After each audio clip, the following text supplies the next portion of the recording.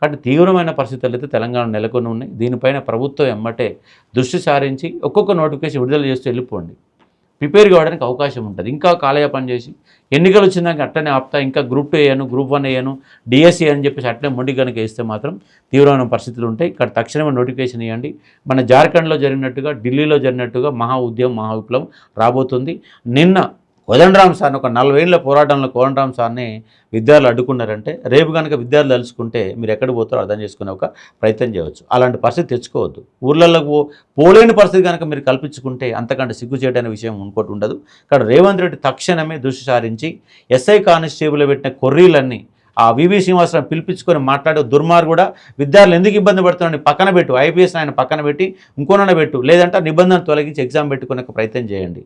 అట్లాగే గ్రూప్ 1 కానీ, గ్రూప్ 2 ఈ మిగతా నోటిఫికేషన్లు జీపీఓ కానీ, గ్రంథాలయ ఉద్యోగాలు కానీ, వాళ్ళ పవర్ సెక్టర్లో 5390 ఉద్యోగాలు మొత్తం కూడా ఆల్రెడీ ఆర్థిక శాఖ ఆమోదం పొంది అన్ని రెడీగా ఉన్నాయి. కాబట్టి ఒక్కొక్క నోటిఫికేషన్ విడుదల చేస్తూ పిల్లలు ప్రిపేర్ అయ్యే విధంగా సహకరించాలని ఈ ప్రభుత్వం డిమాండ్ చేస్తా ఉన్నారు. అంటే ప్రభుత్వము నిరుద్యోగులకు కూడా నిరుద్యోగ భృతి ఇస్తా అని చెప్పింది. అది ఎవరితో సాధ్యం. మీరు చెప్పినట్టుగా గ్రామీణ ప్రాంతాల నుంచి, చిన్న చిన్న పట్టణాల నుంచి వచ్చిన విద్యార్థులకు కూడా ప్రభుత్వం నిరుద్యోగ భృతి ఇస్తే కనీసం వాళ్ళు తినడానికి కానీ, హాస్టల్ ఫీజు కట్టుకొని ఇంట్లో అక్కడ ఊర్లలో ఉన్న తల్లిదండ్రుల మీద భారం కూడా తగ్గించే అవకాశం కూడా ఉంటుంది. అసలు నిరుద్యోగ భృతి అనేది ఇప్పుడున్న పరిస్థితులలో మన తెలంగాణ ప్రభుత్వం ఇచ్చే అవకాశం ఉందా? సాధ్యమవుతుందా? వాళ్ళు జీతాలు ఇచ్చే పరిస్థితి లేదు. ఇంకా నిరుద్యోగ వృత్తి ఆడిస్తారు. నిరుద్యోగ వృత్తి ఇవ్వాలంటే దానికి కొలమానం ఏం పెడతారు? నీకు ఎంత ఏజ్ కొలమానం పెడతాడు? తెలంగాణలో 40 ఏళ్ళు వచ్చినప్పుడు ప్రిపేర్ అయ్యే ఒక పరిస్థితి కనబడుతుంది. ఎందుకంటే అవకాశాలు లేక గవర్నమెంట్ ఉద్యోగం సాధించాలక తపనతోని ప్రిపేర్ అవుతూ ఉన్నారు. సంవత్సరానికి 5 లక్షల మంది డిగ్రీ గ్రాడ్యుయేట్ రోడ్డు మీకు వస్తారు. ఎంతమందికి నువ్వు నిరుద్యోగ వృత్తి ఇస్తావు? నిరుద్యోగ వృత్తి అనేది రాజకీయ నాయకులు ఓట్ల కోసం పెడుతున్న నాటకమే తప్ప నిరుద్యోగ వృత్తి భారతదేశం సాధ్యమే కాదు. ఎందుకంటే అత్యధిక జనాభా కలిగిన దేశం భారతదేశం. ఏ రాష్ట్రంలో ఇవాళ దేశంలో 10 సంవత్సరానికి 80 లక్షల మంది విద్యార్థులు రోడ్డు మీకు వస్తున్నారు. 80 లక్షల మంది గ్రాడ్యుయేట్లు దేశవ్యాప్తంగా వస్తే తెలంగాణలో 5 లక్షల మంది గ్రాడ్యుయేట్లు రోడ్డు మీకు వస్తున్నారు. ఎట్లా సాధ్యమవుతుంది? సాధ్యం కాదు. నేనేమంటున్నాను, నిరుద్యోగ వృత్తులు మాకేమీ ఇవ్వకండి, స్కిల్ డెవలప్మెంట్ ప్రోగ్రామ్ పెట్టండి. ప్రైవేట్ రంగంలో హైదరాబాద్ ఉంది, వాళ్ళు హైదరాబాద్ కంప్లీట్ నాన్ లోకల్ కబ్జాలో ఉంది. హైదరాబాద్ కంపెనీలను ఆంధ్రుల చేతుల్లో ఉన్నాయి. కంపెనీ పెట్టడానికి భూమి తెలంగాణది, నీళ్లు తెలంగాణే, కరెంటు తెలంగాణది, మార్కెట్ తెలంగాణది, ఉద్యోగాలు మాత్రం ఆంధ్రుడు. ఎంత ఘోరం చెప్పండి. ఇవాళ నేను చెప్పడం అబద్ధమైతే మీరే, మనకి ఇలా కార్మిక శాఖ ఉంది, ఆ కార్మిక శాఖకి వెళ్ళి మొత్తం తెలంగాణ పిల్లలు వివిధ కంపెనీలలో ఎంతమంది ఉద్యోగాలు చేస్తున్నారు. పై స్థాయిలోనేమో ఇక్కడ ఆంధ్ర వాళ్ళు మొత్తం ఉద్యోగాలు కొల్లగొడితే కింది స్థాయి ఉద్యోగాలు ప్లంబరు, అదేవిధంగా ఎలక్ట్రీషియను, కింది స్థాయి ఉద్యోగాలు మొత్తం ఇలా బీహారు, ఒరిస్సా, యూపీ, రాజస్థాన్కి వెళ్ళి కింది స్థాయి ఉద్యోగాలు, పై స్థాయికి వెళ్ళిన ఆంధ్ర ఉద్యోగాలు. తెలంగాణ వాడికి ఉద్యోగాలు లేని ఒక పరిస్థితి. పై ఉద్యోగాలేమో తెలంగాణ వాడి స్కిల్ డెవలప్మెంట్ లేని కారణంగా వెనకబడుతున్నాడు. కాబట్టి స్కిల్స్ నేర్పించి దానికి అనుగుణంగా తయారు చేయాలి. కింది స్థాయి ఉద్యోగాలనేమో తెలంగాణ వాళ్ళు కొంత చదువుకున్న ఎడ్యుకేషన్ కొంత ఎక్కువ ఉన్నది కాబట్టి కష్టమైపోతుంది. ఎడ్యుకేషన్ వెనుక అంటే కొంత స్థాయికి కొంత చేరుకున్నది కాబట్టి కింది స్థాయి ఉద్యోగాలు చేయకపోతున్నారు. ఇలా యూపీ, బీహార్, ఒరిస్సా లాంటి ప్రాంతాలు అంతకంటే ఇంకా దిగువ ఉన్నాయి కాబట్టి 15,000 రూపాయలకు వచ్చి అక్కడికి వెళ్ళి పనిచేయగలుగుతున్నారు. తెలంగాణ వాళ్ళు పనిచేయడం అంటే కొంత కష్టమైనటువంటి పరిస్థితిగా మారుతూ ఉంది. ఇట్లా కింది స్థాయికి చేయలేకపోతున్నారు, పై స్థాయి అందుకోలేకపోతున్నారు. మధ్యస్థంగా ఉండి తెలంగాణ విద్యార్థులు ఒక నరకయాత్ర అనుభవిస్తున్నారు. ఇలా డిగ్రీ పూర్తి చేసినవాడు, బీటెక్ పూర్తి చేసినవాడు, ఎంటెక్ పూర్తి చేసినవాడు మానసిక సంఘర్షణ. పడుకుంటే నిద్ర పట్టదు, 2 అయినా నిద్ర రాదు, 3 అయినా నిద్ర రాదు, పెళ్లి చేసుకుందామంటే పిల్లనియ్యరు, ఇంటికి పోవాలంటే భయం. అంటే ఒక మానసిక సంఘర్షణ ప్రతి విద్యార్థుల్లో ప్రతిరోజు పడుతున్న సందర్భం కనబడుతుంది. ఆ మానసిక సంఘర్షణ దూరం చేయాలంటే ప్రభుత్వ ఉద్యోగాలు ఒకవైపు మీరు అనుకున్న హామీల ప్రకారం ఇస్తూనే ప్రైవేట్ రంగంలో ఎక్కువ దృష్టి సారించాలని డిమాండ్ చేస్తూ ఉన్నాను నేను. లేకపోతే నిరుద్యోగ తెలంగాణ ఏర్పాటవుతుంది. మళ్ళీ 2-3 ఏళ్ల తర్వాత ప్రభుత్వాలు ఏవైనా ఆ ప్రభుత్వాలను కూలగొట్టే పరిస్థితి. మహిళా ఉద్యమాలు వచ్చినాయి, గిరిజన ఉద్యమాలు వచ్చినాయి, దళిత ఉద్యమాలు వచ్చినాయి, రేపు రాబోయే మహా ఉద్యమాలు నిరుద్యోగ విప్లవాలు వస్తాయి. ఆ నిరుద్యోగ విప్లవాల ముందు ఏ ప్రభుత్వాలు వచ్చినా ఒక్కసారిగా 1,00,000 మంది రోడ్డుకి ఎక్కితే ఏ పోలీసులు ఏం చేస్తారు? ఎవ్వరు కూడా ఏం చేయలేరు. ఇవాళ నిన్న ఒక 50-60 వేల మంది ఢిల్లీలో వస్తేనే కేంద్ర ప్రభుత్వమే గిలగిల కొట్టుకుంది. రేపు తెలంగాణలో 50 లక్షల మందిలో 1,00,000 మంది రోడ్డు ఎక్కితే ఏ ప్రభుత్వాలు ఆపుతాయి? ఏ అసెంబ్లీ మీరు నిలవరించగలుగుతారు? ఏమి చేయలేరు. కాబట్టి ఆ పరిస్థితి రాకముందే ప్రభుత్వ పెద్దల్లారా, ఎందుకంటే ఇలా డబ్బులు ఉన్నోడే అధికారంలోకి వస్తున్నాడు, వాడు ఎట్లా డబ్బులు చేయాలని చూస్తున్నాడు. కానీ ప్రజల్లో కూడా మార్పు రావాలి. 2,000-3,000 రూపాయలకు అమ్ముడు పోకుండా కొంత అవకాశం ఉన్నటువంటి వ్యక్తులను, సమాజానికి అక్కరొచ్చే వ్యక్తులను గెలిపించుకొని ఈ వ్యవస్థని మార్చాల్సిన అవసరం ఉంది. లేకపోతే ముందు మాత్రం ప్రమాద గంటలు మోగుతాయి. రైట్. అయితే ఇప్పుడు మీ విషయానికి వస్తే అశోక్ సార్ అనేవారు విద్యార్థులను రెచ్చగొడుతున్నారు, రాజకీయంగా వాళ్ళను పార్టీలకు అతీతంగా ఒక పార్టీకి సపోర్ట్ చేస్తున్నారు, ఉద్యమాన్ని విద్యార్థుల నుంచి తీసుకొస్తున్నాడు ప్రభుత్వానికి వ్యతిరేకంగా అనేది కూడా ఉంది. దానికి మీరు ఏం చెప్తారు? ఇవాళ నేను ఏ పార్టీ సపోర్ట్ చేస్తున్నా మీరే చెప్పండి. ప్రభుత్వానికి వ్యతిరేకంగా ప్రతిపక్ష పార్టీ టీఆర్ఎస్ గవర్నమెంట్ ఉంది. టీఆర్ఎస్ గవర్నమెంట్ ఉన్నప్పుడు కొట్లాడాను కదా. మరి టీఆర్ఎస్ గవర్నమెంట్ కొట్లాడి కాంగ్రెస్లో కండు వేసుకోవాలి కదా, వేసుకోలేదు కదా. ఇలా కాంగ్రెస్ గవర్నమెంట్లో ఉంది అంటే నేను ఏ పాత్రలో ఉన్నా, విద్యార్థుల పక్షాన ఉన్నా, ప్రభుత్వాలు వ్యతిరేకంగా ఉన్నా, ప్రభుత్వాలు చేసే తప్పుడు పనులని ఇవ్వని అంశాలని మాట్లాడుతున్నా. అంటే ప్రశ్నిస్తే రెచ్చగొట్టినట్ట, అంటే ఇవాళ ప్రభుత్వాలను ప్రశ్నిస్తే రెచ్చగొట్టినట్ట. అశోక్ సార్ ప్రశ్నిస్తున్నాడు, ప్రశ్నించగానే కేసులు పెడుతున్నారు. ఏ ప్రభుత్వం వచ్చినా టీఆర్ఎస్ గవర్నమెంట్లో కేసులు పెట్టించుకున్నా, కాంగ్రెస్ గవర్నమెంట్ కేసులు పెట్టుకున్నా. అంటే ఇప్పుడు అశోక్ సార్ అమ్ముడు పోతే ఏదో ఒక పాటికి అమ్ముడు పోలే కదా. మరి అమ్ముడు పోలేదు అశోక్ సారు, నీతిగా నిజాయితీ అట్లా నిలబడింది కదా. ఇంటర్మీడియట్లో ఉన్న వాళ్ళు విద్యార్థి సంఘంలో పనిచేసిన, బీడీలు ఉన్నప్పుడు కాలేజీల ఫీజుల కోసం కొట్లాడినా, డిగ్రీలో ఫీజుల కోసం కొట్లాడినా, యూనివర్సిటీలో కొట్లాడినా, ఉద్యమంలో పాల్గొన్నా, ఇవాళ కూడా మాట్లాడుతున్నా. ప్రశ్నించడం నా నైజం. నాకు సమాజం మీద అవగాహన ఉంది, ఒక జర్నలిస్ట్గా పనిచేసిన అనుభవం ఉంది, యూనివర్సిటీలో చదువుకున్న అనుభవం ఉంది, ఎస్ఎఫ్ఐ స్టూడెంట్ ఆర్గనైజేషన్లో పనిచేసిన, న్యూస్ పేపర్ టోటల్గా ఒక రోజు 2 గంటలు చదివేందుకు ఓపిక ఉంది, ప్రశ్నించే తత్వం ఉంది. కాబట్టి ప్రశ్నిస్తే దీన్ని రెచ్చగొట్టడం అంటే దానికి మనం ఏం చేయలేము. కాబట్టి విద్యార్థులు తెలుసు ఎవరు నిజాయితీ కష్టపడుతున్నారు, ఎవరు విద్యార్థుల కోసం మాట్లాడుతున్నారు, ఎవరు అమ్ముడు పోతున్నారు అనే అంశం విద్యార్థుల బరాబర్ తెలుసు. అశోక్ సార్ రెచ్చగొడుతుండా, విద్యార్థుల పక్షాన మాట్లాడుతుండా, ప్రభుత్వాలు చెప్పడం కాదు, నిరుద్యోగులు చెప్పాలి. నిరుద్యోగులకు మాట నమ్మితే వాడు వాస్తవాలను తెలుసుకోవడానికి అవకాశం ఉంది. అంటే మీరు ఇదే విద్యార్థులను ఉపయోగించుకొని ఒక పొలిటికల్గా ఫౌండేషన్ వేసుకుంటున్నారని చెప్పేసి కూడా, నేను ఏ పార్టీ పార్టీలకు అతీతంగా మీరు ఒక రాజకీయ శక్తిగా ఎదగాలనే ఉద్దేశం ఉంది, దాంతో మీరు విద్యార్థులను రెచ్చగొడుతున్నారని చెప్పేసి కూడా కొందరు రాజకీయ నాయకులు మాట్లాడారు. ఆ విషయం మీకు కూడా తెలుసు. ఇది ఇప్పుడు నిజంగా మీరు రాజకీయాల్లోకి రావాలి. ఇప్పుడు అసెంబ్లీలో ఈ పనికిరాని ముండాకోట్లు ఉండడం కంటే దానికన్నా బెటరే కదా. అంటే మీరు రాజకీయాల్లోకి రావాలనుకుంటున్నారు? రాజకీయాలు రావడం కాదు, ఇలా విద్యార్థుల పక్షాన మాట్లాడుతున్నారు కాబట్టి విద్యార్థులే నన్ను ముందు తీసుకొస్తున్నారు. పోయినసారి ఎమ్మెల్సీగా ఎన్నికల్లో పోటీ ఎప్పుడు చేసిన నేను, నోటిఫికేషన్ వచ్చిన తర్వాత విద్యార్థులకి డిమాండ్ వస్తే పోటీ చేసిన నేను. అంటే ముందుగా అసలు ఒక 6 నెలల ముందే నేను పోటీ చేస్తాను, ముందుకేం రాలేదుగా. నోటిఫికేషన్ వచ్చిన తర్వాత పోటీ చేసిన, విద్యార్థులకు డిమాండ్గా చేస్తున్నా. అయినా ఇవాళ ఎన్నికయ్యే ప్రజాప్రతినిధుల కంటే మాట్లాడే దమ్ము, క్వశ్చన్ చేసే దమ్ము, వాళ్ళ తరపున నిజాయితీ నిలబడే హక్కు నాకుంది. తప్పేంటి అలా రాజకీయాలు ఆడడం తప్పంటే ఎట్లయితుంది? ఒక పనికి మాట్లాడు, ఒక రియల్ ఎస్టేట్ వ్యాపారం వచ్చి ముఖ్యమంత్రి అయినప్పుడు సమాజం పైన ఒక జర్నలిస్ట్గా పనిచేసి యూనివర్సిటీ చదువుకున్న రాజకీయాలకు తప్పేంటి? రేవంతుడికి ఏం అర్హతను ముఖ్యమంత్రి అయ్యిండు? రేవంతుడు ఏం చదువుకున్నాని, ప్రజల కోసం ఏం ఊరగబెడతాను ముఖ్యమంత్రి అయ్యిండు? ఒక రియల్ ఎస్టేట్ బ్రోకరే ముఖ్యమంత్రి అయినప్పుడు సమాజం పైన అవగాహన కలిగి యూనివర్సిటీలో చదువుకొని జర్నలిస్ట్గా పనిచేసి టోటల్ విద్యార్థుల పక్షాన్ని నిలబడే సత్తా ఉన్నప్పుడు రాజకీయాలకు తప్పేంటి? తప్పేం కాదు కదా. కాబట్టి విద్యార్థుల యొక్క డిమాండ్ల మేరకే రేపు ఒకవేళ విద్యార్థులు డిమాండ్ చేస్తే మళ్ళీ ఎన్నికల్లో పోటీ చేస్తాను. అట్లా నా అవసరాల కోసం ఏమి కాదు, సమాజ అవసరాల కోసం అశోక్ సార్ మాట్లాడుతుండు, సమాజ అవసరాల కోసం పోటీ చేస్తాడు. ఇప్పుడు రానున్న 2 ఎమ్మెల్సీ ఎలక్షన్స్ ఉన్నాయి, దాంట్లో కూడా మీరు పోటీ చేసే అవకాశం ఉంది? చేయవచ్చు. విద్యార్థులకు డిమాండ్ అని ఇప్పుడు ఆల్రెడీ మీరు పోటీ చేస్తారా అవకాశం అడుగుతూనే ఉన్నారు. రేపు పోయినసారి ఖమ్మం, వరంగల్, నల్గొండ ఎమ్మెల్సీ ఎన్నికల్లో లాస్ట్ టైం పోటీ చేశాను. రూపాయి ఖర్చు పెట్టకుండా, ఎవడికి రూపాయి ఇవ్వకుండా, మొదటి ప్రాధాన్యత ఓటు 30,000 ఓట్లు, సెకండ్ ప్రాధాన్యత ఓటు 89,000 ఓట్లు, 1,20,000 మంది అశోక్ సార్ యొక్క నెంబరు 18 ఎక్కడో కింద ఉంటే కూడా వెతుక్కుంటే వేశారు. ఎందుకు వేశారు? అశోక్ సార్ ఎవరికి ఏం రూపాయి ఇవ్వలేదు కదా. అశోక్ సార్ నిజాయితీగా నిరుద్యోగుల పక్షాన బరాబర్ నిలబడిండు. సమస్య ఎక్కడొస్తే అక్కడ నిలబడేటువంటి వ్యక్తి, కేసులకు దేని కూడా భయపడకుండా నిలబడిండు. రేపు కనుక అశోక్ సార్ నిజంగా విద్యార్థుల కోసం నిలబడగలుగుతా అనుకుంటేనే ఓటేస్తారు కదా. నేనేదో చెప్పుడు మాటలేస్తే వాళ్ళు డిగ్రీ చదువుకున్న వాళ్ళే కదా, పీజీలు చేసిన వాళ్ళే, ప్రిపేర్ అవుతుంటారు కదా, సమాజం తెలిసిన వాళ్ళే కదా, వాళ్ళే నిర్ణయించుకుంటారు. అశోక్ సార్ వల్ల విద్యార్థులకు లాభం జరిగిందా, విద్యార్థుల వల్ల అశోక్ సార్కి లాభం జరిగింది? నేను నష్టపోయినా. నేను అన్ని పక్కన పెట్టి వాళ్ళ ఇన్స్టిట్యూట్ నడుపుకుంటే నేను కొంత డబ్బులు సంపాదించుకుంటాను. వాళ్ళ మార్కెట్లో 10,000 రూపాయల ఫీజు ఉంటే కింది నేల పట్టుకొచ్చిన 1,000 రూపాయలు, 1,500, 500 రూపాయలు పట్టుకొచ్చి వాళ్ళ ప్రతి ఇన్స్టిట్యూట్ డైరెక్టర్ అందిడతారు ఇవాళ. ఎందుకంటే అశోక్ సార్ అనే వ్యక్తి పిల్లల కోసం ఫీజులు తగ్గించి మా భవిష్యత్తు ఆగం చేసి అని చెప్పేసి క్వశ్చన్ చేస్తారు వాళ్ళు. నేను నిరుద్యోగ అంశాల మీద లాస్ట్ టైం ఎస్ఐ కానిస్టేబుల్లో కొట్లాడి 2,40,000 మందిని విద్యార్థులని గ్రౌండ్ తీసుకొచ్చాను. జేఎల్ అనే నోటిఫికేషన్ కేవలం ఇంగ్లీష్లో ఇస్తే గ్రామీణ ప్రాంత విద్యార్థులకు అన్యాయం జరుగుతుంది, తెలుగు మీడియం ఇవ్వాలని చెప్పేసి కొట్లాడితే తెలుగు మీడియం వచ్చింది. గ్రూప్ వన్లో సివిల్స్లో లేని హైట్ తెలంగాణ గ్రూప్ వన్లో ఎందుకని చెప్పేసి హైట్ తగ్గించాను. గ్రూప్ వన్లో అప్లై చేసుకునే అవకాశం వచ్చింది, హైట్ తక్కువ ఉన్నా కూడా. ఏజ్ పెంచడానికి కొట్లాడిన. నిరుద్యోగ అంశాల మీద ఎక్కడున్నా కొట్లాడుతూనే ఉన్నా. అశోక్ సార్ లాభపడింది ఏం లేదు, అశోక్ సార్ నష్టపోయిండే. నా పాట నేను చెప్పుకొని కూర్చుంటే నాకు ఇంత డబ్బులు వచ్చాయి. ఇవాళ నేను బయట తిరిగిన కారణంగా ఇక్కడ పాఠం చెప్పాలంటే టైం దొరకని పరిస్థితి నాకు ఇబ్బంది అవుతా ఉంది. ఎవడు సమస్య వచ్చినా రోజు నాకు విద్యార్థులకు సంబంధించి నా ఫోన్ బుక్ కనుక తీస్తే రోజు ఒక 40 ఫోన్లు నాకు విద్యార్థులకు వెళ్ళి వస్తాయి. ఎన్ని ఫోన్లు వచ్చినా కూడా ఓపికతో ఎత్తి వాళ్ళ సమస్యని తెలుసుకొని సమస్యలు నేను తయారు చేయడం కాదు, వాళ్ళే చెప్తా ఉంటారు ఈ సమస్య ఉందని తీసుకొస్తారు. కాబట్టి విద్యార్థుల పక్షాన బలంగా నిలబడతా.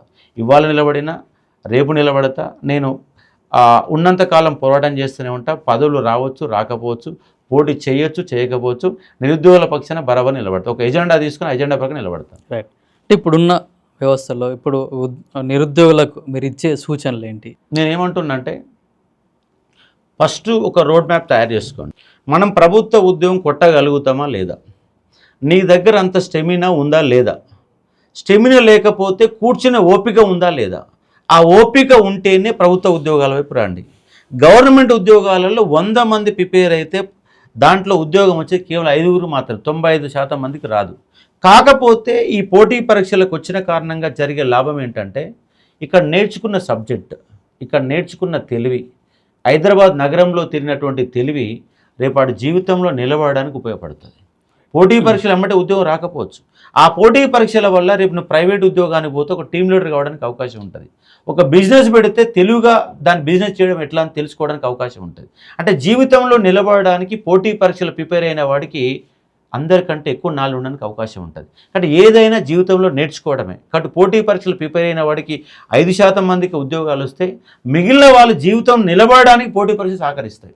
ఇప్పుడు ఎకానమీ చదువుతున్నాం, తెలంగాణ మూమెంట్ చదువుతున్నాం, పాలిటీ చదువుతున్నాం. ఒక పాలిటీ చదివిన కారణంగా రేపు వ్యక్తిగతంగా ఒక పోలీస్ స్టేషన్ పోతే సమస్య వస్తే పోలీసు నిలబెట్టి ఆడడానికి అవకాశం ఉంది, చైతన్యం రావడానికి అవకాశం ఉంటుంది. అంటే పోటీ పరీక్షలు ప్రిపేర్ అయిన విద్యార్థికి ఒక నిత్య చైతన్య వ్యక్తిగా ఉండి రేపు జీవితంలో ఒక జర్నలిస్ట్గా, చాలామంది వాళ్ళ పనిచేసే జర్నలిస్టులు కూడా చాలామంది గతంలో పోటీ పరీక్షలు ప్రిపేర్ అయిన వాళ్ళే జర్నలిస్ట్గా రాణించగలుగుతున్నారు, బిజినెస్ పెట్టినా రాణించగలుగుతారు. కాబట్టి పోటీ పరీక్షలు ప్రిపేర్ అయిన వాడికి చదువు మాత్రం వృధా, ఏదైనా వృధా పోద్దేమో సమాజంలో, కానీ చదువు మాత్రం వృధా పోదు.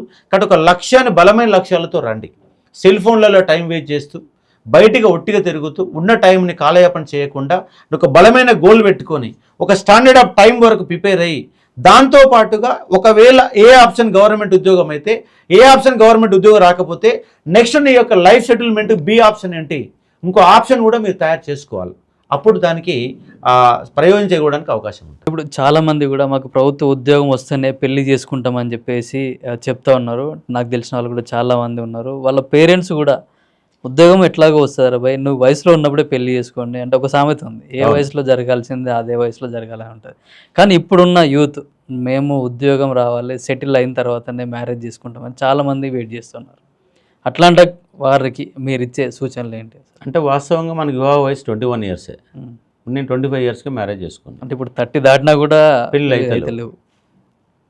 ఎందుకు అయితే లేవు అంటే తెలంగాణ గ్రామీణ ప్రాంతాలలో గవర్నమెంట్ స్కూల్లో చదువుకుంటున్నాం.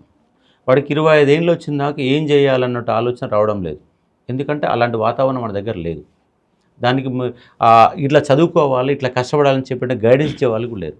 లేని కారణంగా ఏం చేయాలో అర్థమయ్యేసరికి 25 ఏళ్ళు వస్తున్నాయి. తర్వాత వివిధ రకాల సెటిల్మెంట్ పేరుతో 10 ఏళ్ళు గడిచిపోతూ ఉంది. కాబట్టి మనం చిన్న వయసులోనే 10th ఇంటర్మీడియట్ నుంచి వచ్చే జనరేషన్ కొంత చేంజ్ అవుతూ ఉంది. దానికి గైడెన్స్ ఇచ్చే ప్రాపర్ గైడెన్స్ లేక ఇలాంటి పరిస్థితులు ఏర్పడుతూ ఉన్నాయి. కాబట్టి మీరు కూడా సమాజానికి అనుగుణంగా జీవితంలో అన్ని నడిపిస్తూనే దానికోసం ప్రత్యేకంగా టైంని కేటాయిస్తే జీవితాన్ని అన్నిటిని కూడా డీల్ చేయడానికి అవకాశాలు ఎక్కువ ఉంటాయి. కాకపోతే మనం స్థిమితంగా ప్రణాళికబద్ధంగా ఉంటే ఏదైనా సాధ్యమవచ్చు. అంటే మ్యారేజ్ చేసుకొని కూడా ప్రిపేర్ అయ్యే ఉద్యోగాలు పోవడానికి అవకాశం ఉంటాయి. ఆర్థిక ఇబ్బందులు ఉంటాయి. రోజు ఒక 2 గంటలు ప్రత్యేకంగా మనం పని చేసుకొని ముందుకు పోవడానికి అవకాశాలు ఎక్కువ ఉంటాయి. రైట్. ఈ రోజుల్లో చాలా టెక్నాలజీ డెవలప్ అయిపోయింది. అవును. చాలామంది కూడా అంటే కొందరు ఫోన్లకు అడిక్ట్ అవుతున్నారు. వాళ్ళని పక్కన పెడితే ఫోన్లలో టెక్నాలజీ ఉపయోగించి చదువుకునే వాళ్ళు కూడా చాలామంది ఉన్నారు. ఇప్పుడున్న టెక్నాలజీని ఉపయోగించి ఎట్లా ప్రిపేర్ అయితే బాగుంటుంది అనుకుంటారు? అంటే వాస్తవంగా ఇప్పుడు ఆఫ్లైన్ రావాలంటే హైదరాబాద్ దాకా రావాలి. హైదరాబాద్కి వచ్చి నెలకు 5,000 రూపాయలు హాస్టల్ ఫీజు కట్టి, కోచింగ్ ఫీజు ఒక 20,000 కట్టి ₹1,00,000 ఖర్చు పెట్టాలి. కానీ ఊళ్ళో ఉండి ఇవాళ నా దగ్గర గ్రూప్ 2 కోర్సు 2,000 రూపాయలు ఉంటుంది, జస్ట్ 2,000. ఓకే, 2,000 సంవత్సరాన్ని మొత్తం ఖర్చు పెట్టిన ఒక 3-4 వేలు, ఒక 5,000 అవుతాయి. కోచింగ్ పేరు మీద 5,000 పుస్తకాలు 5,000 10,000 పెట్టి ఇంటికాడ కూర్చొని ప్రిపేర్ కావచ్చు. టెక్నాలజీ ఉపయోగించుకోండి. కానీ ఇవాళ అనవసరంగా మనం యూట్యూబ్ ఓపెన్ చేస్తే ఒక వీడియో చూస్తాం, దాని కింద ఇంకోటి కనబడుతుంది, ఇంకోటి ఓపెన్ చేస్తాం. అట్లా ఫోన్కి ఎడిక్ట్ కాకుండా ఫోన్ని సరి అయిన మార్గంలో ఉపయోగించుకుంటే తక్కువ ఖర్చుతో ఉద్యోగం కొట్టవచ్చు.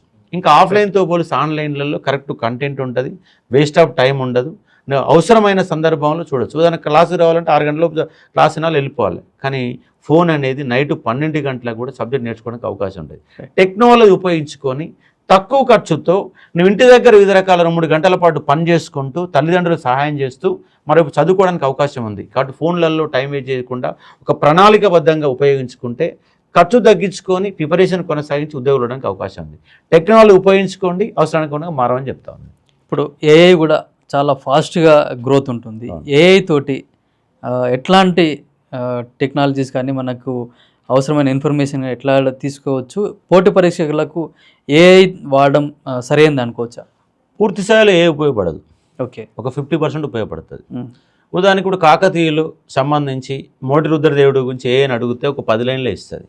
కానీ పుస్తకాలలో మోటి రుద్రదేవుడి గురించి ఒక 10 పేజీలు ఉంటుంది. 10 పేజీల సమాచారాన్ని ఏఐ ఇవ్వదు.